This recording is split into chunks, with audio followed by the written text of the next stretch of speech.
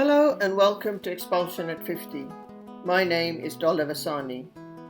For this episode, I invited Sejal Majithia-Jaswal to narrate an opinion piece I wrote sharing my reflections on Season 1 and 2.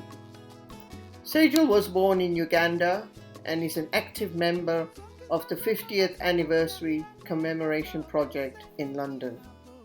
I hope you find this interesting and insightful. If we don't tell our stories, someone else will.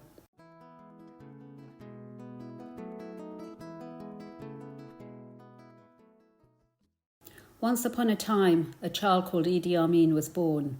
At a young age, he joined the British colonial army, where he became known for his ambition, courage and cruelty. In January 1971, Amin staged a military coup and became the president of Uganda. His rule was brutal, earning him the title, the Butcher of Uganda. In August 1972, he expelled 80,000 Asians who had largely controlled the economy, giving them just 90 days to leave.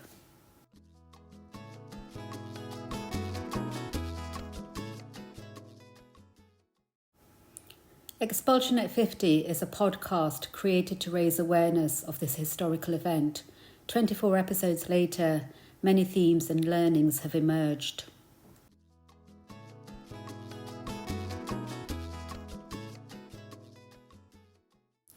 Podcast guests came from many countries. Some started as icebergs but soon melted. Others were sometimes difficult to contain. People in their 70s shared their joyful memories of climbing trees or making kites. Just as foods and smells evoke memories, the songs selected by the guests represented an emotional connection to their life back in Uganda. The initial target group were people who had been expelled. Soon, this expanded and diverse perspectives emerged. Other guests included academics and historians and those who had written fiction or memoirs. The voices of the second generation and the listeners' perspectives were also captured.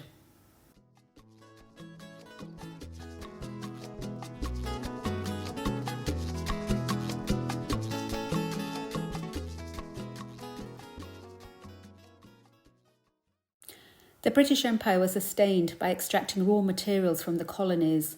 Following the abolition of slavery, Britain introduced indentured labour when over 2 million Indians were contracted and shipped across the empire to work on plantations and to build railways. One example was the Kenya-Uganda line, used for transporting tea, coffee, cotton and sugar to the coast. Other Indians came independently to East Africa in search of a better life. Guests spoke about grandparents arriving in Uganda from 1910 onwards. Males as young as 14 were put on boats and received by relatives in Mombasa, who provided work opportunities. The new arrivals learned Swahili and brought with them an ethos of hard work, enterprise and ambition. Once established, other family members joined. Men returned to India to find a wife and came back married. Professionals were also recruited from India to sustain the civil service and ensure a functioning government. The British created the sandwich, Europeans top, Indians middle and Africans bottom. This showed itself in town planning, where the hills of Kampala boasted freestanding houses occupied by the whites and the blacks lived in townships outside the city. The Indians lived in the city centre, making them very visible, while the whites were hidden in the tree-lined suburbs.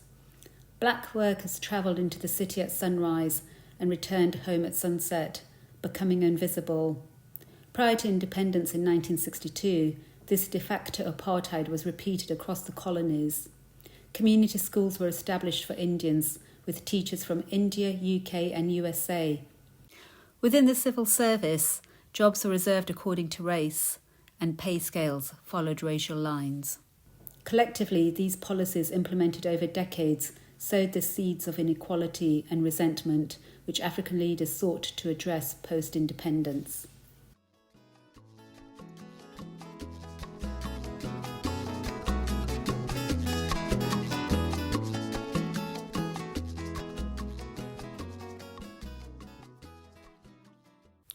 Life in Uganda was carefree prior to 1971. We played in the streets without fear. During school holidays, we visited relatives in neighbouring countries or travelled to India and Pakistan. Experiences cherished to this day.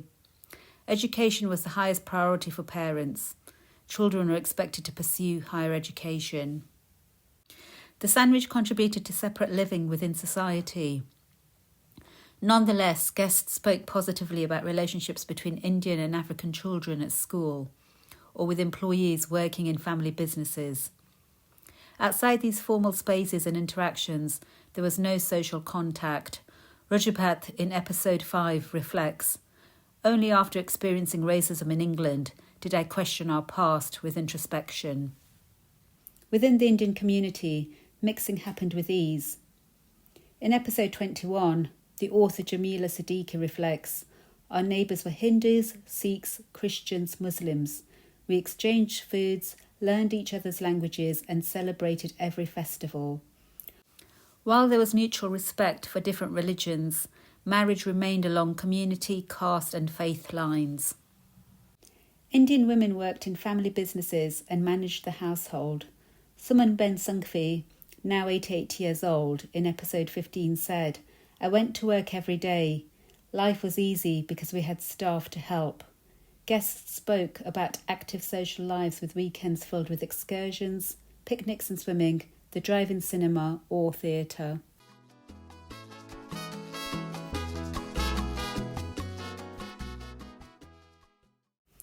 Everything changed in August 1972. In episode 19, Amir Mochotti, now living in Yorkshire, recalls, "President Amin came on the radio and said we had 90 days to leave. We thought it was a hoax. Amin spoke about following his dreams and being commanded by God." Similarly, in episode 1, Zain Lalani, who ended up in Canada, recalls, "My father said, 'This is not about us. We're Ugandan citizens. We don't need to worry.'" The army were in charge. The erratic behaviour of soldiers compounded our fears. Jaswant Jatli, who was 16 years old, recalls in episode 20, "Many had a gun in one hand and a bottle of waragi in another. Indian homes were easy pickings, with many incidences of looting at gunpoint." Prior to our leaving, we gave away our possessions. In episode 15, Suman Ben explained, "We had 5 vans and each driver got one. It was a way of helping them to start their own." Asians' bank accounts and assets were frozen by the government. The luggage allowance on planes was 20 kilograms and £50 in cash. Gold jewellery was one way to take money out of the country. This became a liability as women were strip-searched, beaten, raped by soldiers at roadblocks and at the airport. Discipline and the rule of law were replaced by chaos and anarchy.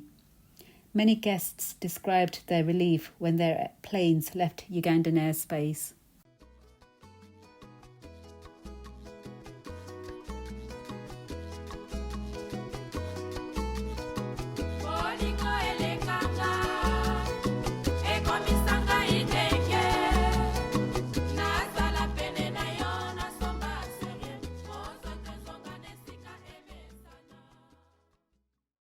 Where one ended up depended on one's identity document.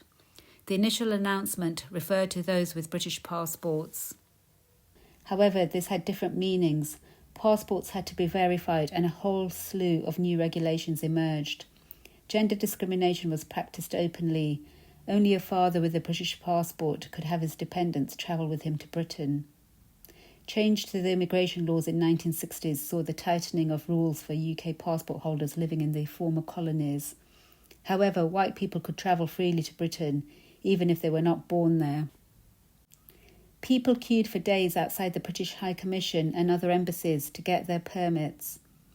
Indians holding Ugandan passports also had to get their passports verified. Many had their citizenship revoked and became stateless.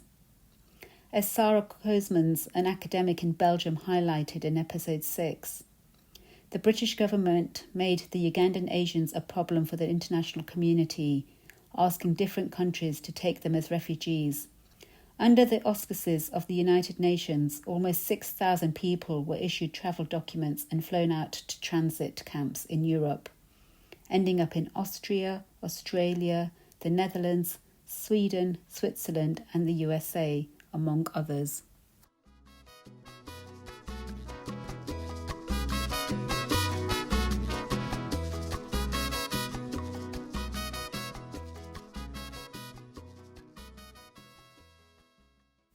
There are many stories of basic human decency on both sides.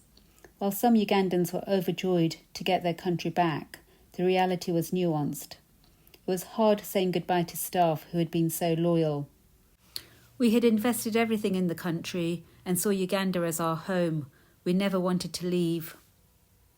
Amin's presidency was marked by violence towards his enemies. As Derek Peterson from the University of Michigan explained in episode 22, we must acknowledge the suffering experienced by the Langi and the Acholi tribes. The 80,000 Asians were lucky to escape. 500,000 Africans were impoverished or tortured and killed, as Samuel Kalibala, now living in USA, recalls in episode 13. Poverty descended upon us. Sugar and salt became scarce and expensive. Inflation was rampant.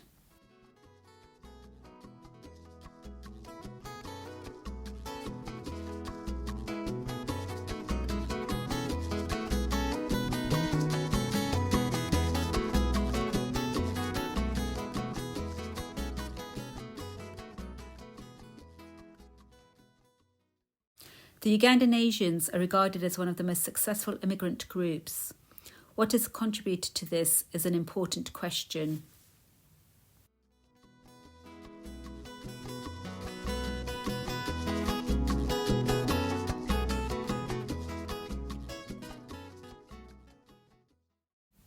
Being in camps was challenging: dormitories, bland food and cold weather.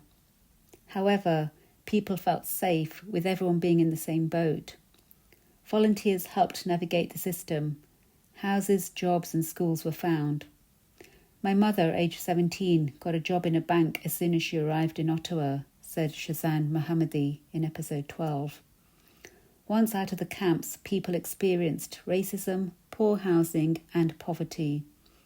Guests spoke about needing to grow up fast and assume adult responsibilities.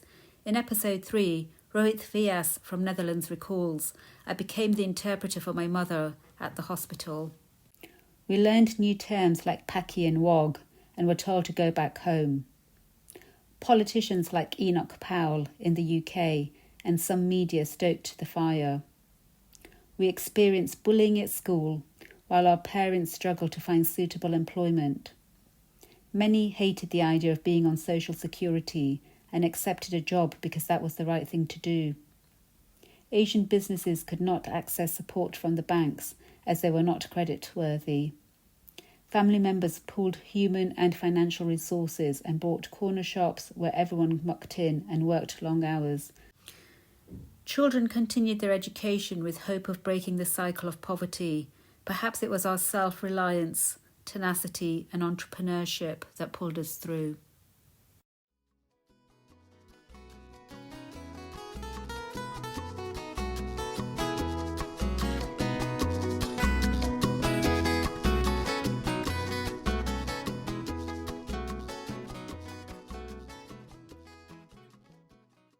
"50 years on, we must tell our own stories while the survivors are still alive.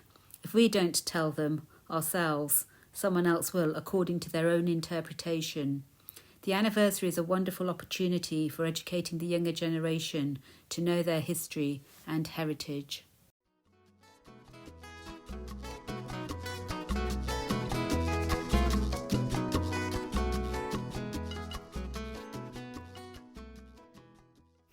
Season 3 kicks off on the 14th of January 2022 with episode 25, Life is Nothing More Than Our Stories, Yours and Mine.